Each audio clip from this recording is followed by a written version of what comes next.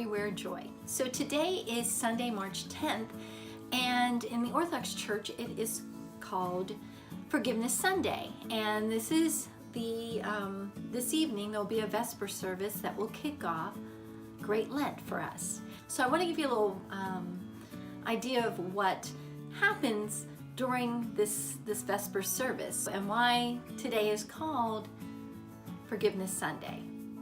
So during the Vesper service, at the very end, we ask one another to forgive us. So it ends up being a procession over to the priest. We bow down before the priest bows down before us, and we ask for forgiveness. And then we get into it right beside the priest, and each person goes down the line and you ask for forgiveness. So everyone is asking everyone else for forgiveness. It's a very moving service.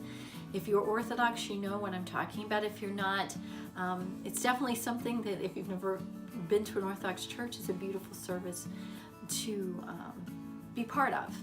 It's just a wonderful way to start off Great Lent. So the reason why I'm telling you about Forgiveness Sunday is because several weeks ago I had made an Instagram post and a Facebook post about how this wonderful Bible, which was my mother's, brings me joy. And there is and I had told on my Instagram post and Facebook post that there's a story behind this Bible. So in the post I had mentioned that the reason why this particular Bible means a lot to me is because it was my mother's. And my mother wasn't a woman who read the Bible, but it was interesting that the only time she did read the Bible was when she was pregnant with me. And so it was very interesting because I love to read the Bible, and so it was very interesting that the only time that my mother read the Bible was when she was pregnant with me. And so it just means a lot to me. So my mother died in 2003. She was only 63 years old. She died from complications of liver cancer. And you know, it was very hard for me that year. Anyone who's lost a parent, you know that year was very hard. There was a lot of heartache, and like, you know, it definitely is heartache. And so a year had passed, and I had asked my father, more than a year had passed, and I asked my father, can I have her Bible? Because my dad doesn't read the Bible. And he said, yeah, you can have it. So I brought it home because I was very excited to have this, and I thought, I'm just going to read from this Bible. So before I tell you about what happened when I opened the Bible, is that one thing when you have someone who you love so much and who dies, you want to be able to communicate with them one last time. You want to hear their voice one last time. You want some kind of message from them. And even though my mom, we were with my mom when she passed, it was still very hard because the last month of her life she wasn't really communicating with us. She kind of shut down emotionally, and so it was very hard because this was a woman who told you everything. She told you when she was mad, you knew when she was happy. So it was very hard when she kind of shut down and she didn't share her emotions with us anymore. She didn't share her thoughts. So it was very difficult. So going back to the Bible, so when I brought it home, I started paging through it because I was like, this is such a joy to have. When I had turned the pages, I had come across this envelope, and this envelope says, Lisa, upon the death of me, your mother. Very intriguing. Now, mind you, this was on Forgiveness Sunday, a year after my mom had passed. So I opened it up, and basically it's a letter from my mother. And that just thrills me because what are the chances, you know, I get to hear one more time from my mom. Sorry. So in this envelope is a letter from my mom, which is just unbelievable, right? I mean, you know, it was pretty crazy.